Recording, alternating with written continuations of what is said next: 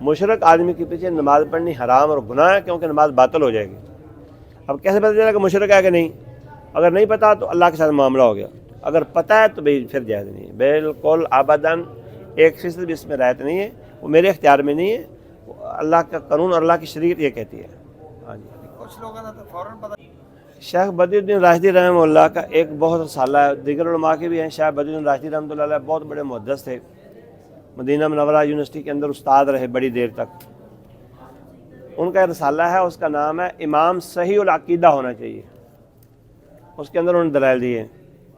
تو جو بندہ مشرک ہے نا، یا رسول اللہ مدد کہتا ہے، وہ مشرک ہے، اس کے شرک میں کوئی شک و شبہ نہیں ہے، اور شرک اکبر کرتا ہے اور اسلام سے فارغ ہے، اس کے پیچھے نماز نہیں پڑھنی۔ کیوں؟ اس کی تو اپنی نہیں ہے۔ قرآن پاک کے نص کے مطابق لئن اشرکت لیحبطن عملک، اگر تم شرک کرو گے تمہارے بھی مال برباد ہو جائیں گے۔ ان کے مال برباد ہیں، اللہ کو قبول نہیں ہے، اس کے پیچھے نماز نہیں ہو سکتی۔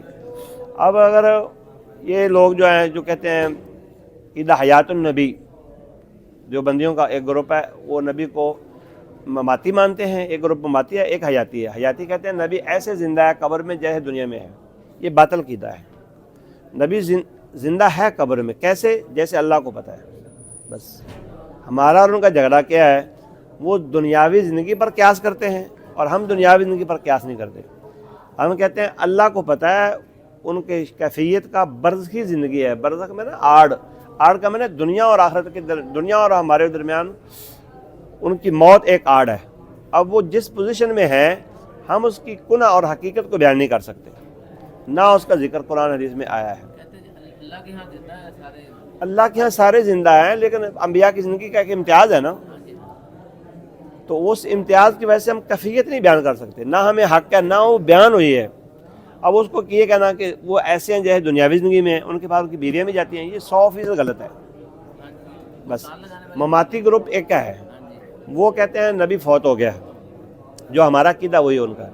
ہمارے علماء ان کے پیچھے نماز پڑھنے کے لیے قائل ہیں جب ارکان واجبات بندہ صحیح ادا کر سکے، اور اگر اٹھ بیٹھ کرنی ہے، جیسے ایک بڑے امام نے کہا کہ نماز کیا ہے؟ اٹھ بیٹھ ہے، یہ نماز کی توہین ہے، ہاں جی، تو پھر ان کے پیچھے بھی نہیں پڑھنی چاہیے، اس سے بہتر ہے بندہ کلہ پڑھ لے۔ جڑا مشرک بندہ اذان دے رہا ہے پھر ان دی اذان دا جواب دے سکتے؟ ان دی ذان دا جواب تو کلمہ توحید دی تو دیو، ہاں، لیکن آپ اس ذان دا جواب دینا ہے جس مسجد آپ پڑھنے ہیں، بس علماء نے فتاوہ جاتے ہیں زانہ دا مایا لائے تھے سوا بارہ شروع ہونے ہیں، رات 10 تک زانہ ہوئی جانی ہے، شروع ہوئے ان دا جواب دے دو تو سنت دے مطابق ہوگا جی، بس۔